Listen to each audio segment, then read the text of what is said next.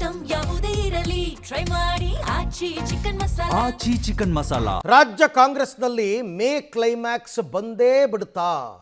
ರಾಜ್ಯ ಕಾಂಗ್ರೆಸ್ನಲ್ಲಿ ಕುರ್ಚಿ ಬದಲಾವಣೆ ಆಗೇ ಬಿಡುತ್ತಾ?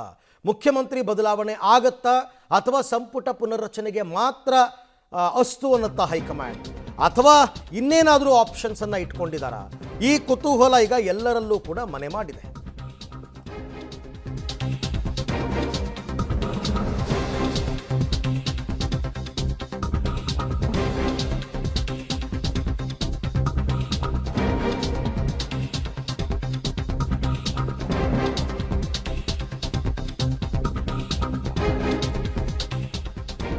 ಬಂದೇ ಬಿಡ್ತಾ ಮೇ ತಿಂಗಳ ಕ್ಲೈಮ್ಯಾಕ್ಸ್ ಅಂತಕ್ಕಂಥ ಪ್ರಶ್ನೆ ಕಾಂಗ್ರೆಸ್ನಲ್ಲೀಗ ಮೇ ಕ್ಲೈಮ್ಯಾಕ್ಸ್ನ ಕುತೂಹಲ ಜೋರಾಗ್ತಾ ಇದೆ. ಯಾಕೆ ಅಂದರೆ ಇವತ್ತಿಗೆ ಪಂಚರಾಜ್ಯಗಳ ಚುನಾವಣೆ ಮುಗಿಯುತ್ತೆ. ಪಶ್ಚಿಮ ಬಂಗಾಳದಲ್ಲಿ ಕೊನೆ ಹಂತದ ಮತದಾನ ಇವತ್ತು ನಡೀತಾ ಇದೆ. 6 ಗಂಟೆಗೆಲ್ಲ ಮುಗಿದು ಹೋಗುತ್ತೆ. ನಾಳೆಯಿಂದಲೇ ರಾಜ್ಯದ ನಾಯಕತ್ವದ ಸರದಿ. ಹೈಕಮಾಂಡ್ ಇದೊಂದು ವಿಚಾರವನ್ನು ಪೆಂಡಿಂಗ್ ಇಟ್ಕೊಂಡಿದ್ದಾರೆ ತುಂಬ ದಿವಸದಿಂದ. ಇದು ಆಗ್ಬಿಡ್ಲಿ, ಪಂಚರಾಜ್ಯಗಳ ಚುನಾವಣೆ ಆಗ್ಬಿಡ್ಲಿ ಅಂತ. ಸೊ ಅದರ ಲೆಕ್ಕಾಚಾರ ಕಾಂಗ್ರೆಸ್ ನಾಯಕ ರಾಹುಲ್ ಗಾಂಧಿ ಏನು ತೀರ್ಮಾನ ತಗೋತಾರೆ ಅಂತಕ್ಕಂಥದ್ದೇ ಪ್ರಶ್ನೆ. ಯಾಕೆಂದರೆ ಮಲ್ಲಿಕಾರ್ಜುನ್ ಖರ್ಗೆ ಅವರನ್ನ ಭೇಟಿ ಮಾಡಿ ಎಲ್ಲ ಹೇಳಿದ್ದಾರೆ ಇವರೆಲ್ಲ ರಾಜ್ಯದ ನಾಯಕರು. ಮಲ್ಲಿಕಾರ್ಜುನ್ ಖರ್ಗೆ ಅವರು ಈ ವಿಚಾರವನ್ನು ರಾಹುಲ್ ಗಾಂಧಿ ಗಮನಕ್ಕೆ ತರಬೇಕು. ತಂದ ಮೇಲೆ ಅವ್ರ ತೀರ್ಮಾನ ಏನು ಅಂತಕ್ಕಂಥದ್ದೇ ಪ್ರಶ್ನೆ.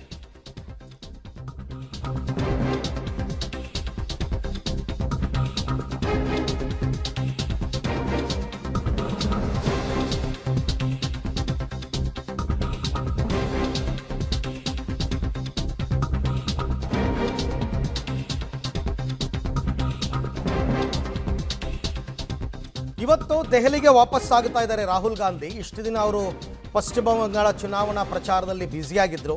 ಬಹಿರಂಗ ಪ್ರಚಾರ ಎಲ್ಲ ನೆನ್ನೆ ಮುಕ್ತಾಯ ಆಗಿದೆ. ಹಾಗಾಗಿ ಅವರು ಇವತ್ತು ವಾಪಸ್ ಆಗ್ತಾ ಇದ್ದಾರೆ. ಹಾಗಾಗಿ ರಾಜ್ಯದ ನಾಯಕತ್ವ ಗೊಂದಲ ಕಡೆ ಗಮನ ಹರಿಸ್ತಾರಾ ಅಥವಾ ಸ್ವಲ್ಪ ರೆಸ್ಟ್ ತಗೋತೀನಿ ಅಂತ ಬ್ರೀತಿಂಗ್ ಪೀರಿಯಡ್ ಅಂತ ಏನಾದ್ರು ಹೇಳ್ತಾರಾ? ಮಲ್ಲಿಕಾರ್ಜುನ ಖರ್ಗೆ ಮುಂದೆ ಪ್ರಸ್ತಾಪ ಇಟ್ಟಿದ್ದಾರೆ DK ಬ್ರದರ್ಸ್, ಎಲ್ಲ ಆಗ್ಬಿಡ್ಬೇಕು 10ನೇ ತಾರೀಕು ಒಳಗಡೆ ಅಂತ. ರಾಹುಲ್ ಗಾಂಧಿ ಬಂದ ಬಳಿಕ ಅವ್ರ ಹತ್ರ ತಿಳಿಸ್ತೀನಪ್ಪ ಅಂತ ಖರ್ಗೆ ಅವರು ಹೇಳಿದ್ದಾರೆ. ಹಾಗಾದರೆ ಮೇ ಮೊದಲ ವಾರದಲ್ಲೇ ಮಾತುಕತೆ ಆಗುತ್ತಾ ಅನ್ನುವಂಥದ್ದು ಪ್ರಶ್ನೆ. ಯಾವುದೇ ಚಕಾರ ಎತ್ತದೆ ರಾಹುಲ್ ಕಡೆಗೆ CM ಕಾಯ್ತಾ ಇದ್ದಾರೆ. ಬದಲಾವಣೆ ಆಗಲಿ ಆಗದೇ ಇರಲಿ ಮೇ 15ರ ಒಳಗೆ ಸ್ಪಷ್ಟ ತೀರ್ಮಾನ. ಹಾಗಾದರೆ ರಾಹುಲ್ ತೀರ್ಮಾನ ಯಾರಿಗೆ ವರ ಯಾರಿಗೆ ಶಾಪ? ಅಂದರೆ ಮುಖ್ಯಮಂತ್ರಿ ಸ್ಥಾನ ಬದಲಾವಣೆ ಮಾಡಬೇಕು ಅಂತ ತೀರ್ಮಾನ ಮಾಡಿದ್ರೆ DK ಶಿವಕುಮಾರ್ಗೆ ಸ್ವಲ್ಪ ಅದು ವರ ಅಂತ ಅನ್ಕೋಬಹುದು. ಇಲ್ಲ ಸದ್ಯಕ್ಕೆ ಅದನ್ನು ಟಚ್ಚೇ ಮಾಡೋದು ಬೇಡ ಅಂತಂದರೆ ಗೊತ್ತಿಲ್ಲ. ಬಟ್ ಏನೇ ಆದರೂ ನನ್ನ ಪ್ರಕಾರ ಮೇ 4ರ ಚುನಾವಣಾ ಫಲಿತಾಂಶದವರೆಗೆ ಕಾಯ್ತಾರೆ. ಸಡನ್ನಾಗಿ ಇವತ್ತು ನಾಳೆಗೆ ತೀರ್ಮಾನ ತೊಗೊಂಬಿಡಲ್ಲ. ರಿಸಲ್ಟ್ ನೋಡೋಣ. ಕಾಂಗ್ರೆಸ್ಗೆ ಫೇವರ್ ಆಗಿ ಕೇರಳದಲ್ಲಿ ರಿಸಲ್ಟ್ ಬರುತ್ತಾ, ತಮಿಳ್ನಾಡಲ್ಲಿ ರಿಸಲ್ಟ್ ಬರುತ್ತಾ, ಪಾಂಡಿಚೇರಿನಲ್ಲಿ ಬರುತ್ತಾ, ಅಸ್ಸಾಂನಲ್ಲಿ ಬರುತ್ತಾ, ಪಶ್ಚಿಮ ಬಂಗಾಳದಲ್ಲಿ ಬರುತ್ತಾ, ಬರಲ್ವಾ? ಯಾಕೆಂದರೆ ಯಾವ ರಾಜ್ಯದಲ್ಲೂ ಮತದಾರರು ಕಾಂಗ್ರೆಸ್ ಕೈ ಹಿಡಿಲಿಲ್ಲ ಅಂದರೆ ನಾಯಕತ್ವ ಬದಲಾವಣೆ ಕೈ ಹಾಕೋದು ಕಷ್ಟ ಇದೆ. ಹಾಗಾಗಿ ನೋಡೋಣ.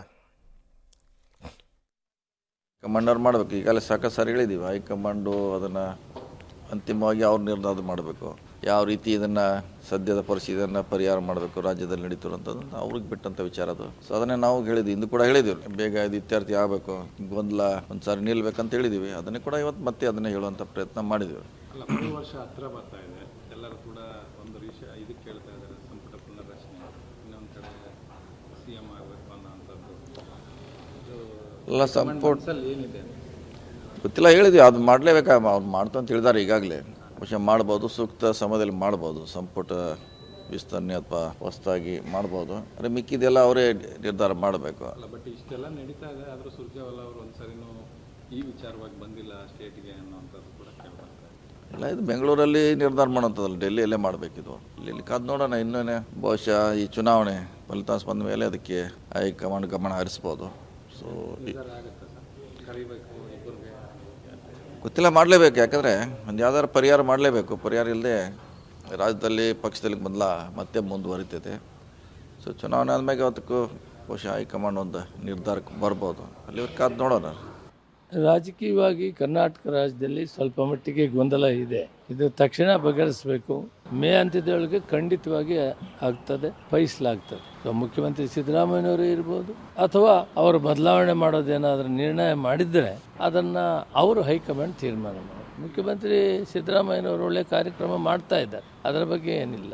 ಅವರು ಹಿಂದೆ ಏನಾದರೂ ಮಾತಾಡಿದ್ದಿದ್ರೆ ಅದನ್ನು ಈ ಬಗ್ಗೆ ಮತ್ತಷ್ಟು ಮಾಹಿತಿ ನನ್ನ ಕೊಲೀಗ್ ಶ್ರೀನಿವಾಸ್ ಅವರಿಂದ ಪಡ್ಕೊಳ್ಳೋಣ. ಶ್ರೀನಿವಾಸ್, ನನ್ನ ಪ್ರಕಾರ ಇವತ್ತು ನಾಳೆನಲ್ಲೇ ಏನಾದರೂ ತೀರ್ಮಾನ ತಗೊಳ್ಳೋ ಸಾಧ್ಯತೆ ಇದೆಯಾ? ಯಾಕೆಂದರೆ ಪಂಚರಾಜ್ಯಗಳ ಫಲಿತಾಂಶ ಬರಲಿ, ಆಮೇಲೆ ತೀರ್ಮಾನ ತಗೊಳ್ಳೋಣ. ಯಾಕೆಂದರೆ ಯಾವ ರಾಜ್ಯದಲ್ಲೂ ಕಾಂಗ್ರೆಸ್ ಕೈ ಹಿಡಿಲಿಲ್ಲ ಮತದಾರರು ಅಂದರೆ ಕರ್ನಾಟಕದಲ್ಲಿ ನಾಯಕತ್ವ ಬದಲಾವಣೆಗೆ ಕೈ ಹಾಕೋ ಸಾಧ್ಯತೆ ತುಂಬ ಕಷ್ಟ ಇದೆ.